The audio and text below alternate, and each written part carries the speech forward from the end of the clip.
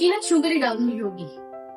हम अक्सर high sugar को डेंजरस समझते हैं, लेकिन असल प्रॉब्लम हमारे लिए हाइपोग्लाइसीमिया यानी लो शुगर का हो जाना होता है। आइए जानते हैं हाइपोग्लाइसीमिया क्या होता है। हाइपोग्लाइसीमिया तब होता है जब आपका ब्लड का शुगर का लेवल 70 मिलीग्राम पर डेसीलीटर से नीचे चला जाए, और ये एक इमरजेंसी सिचुएशन होती है।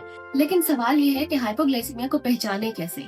तो उसका सिंपल सा जवाब है कि आपकी बॉडी आपको वाज़ेह साइन एंड सिम्टम्स देती है, जैसे कि पसीना आना, कपकपाहट होना, दिल की धड़कन का तेज होना, कंफ्यूजन, इरिटेबिलिटी या फिर भूख का लग जाना।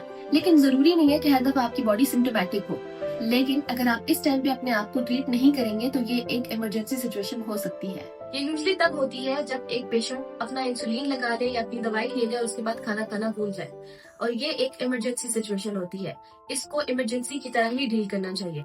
हाइपोग्लाइसीमिया की मैनेजमेंट के लिए एक सिंपल सा रूल होता है जिसको बोलते हैं 15-15 मेथड, और ये हर डायबिटिक पेशेंट्स को जरूर आना चाहिए।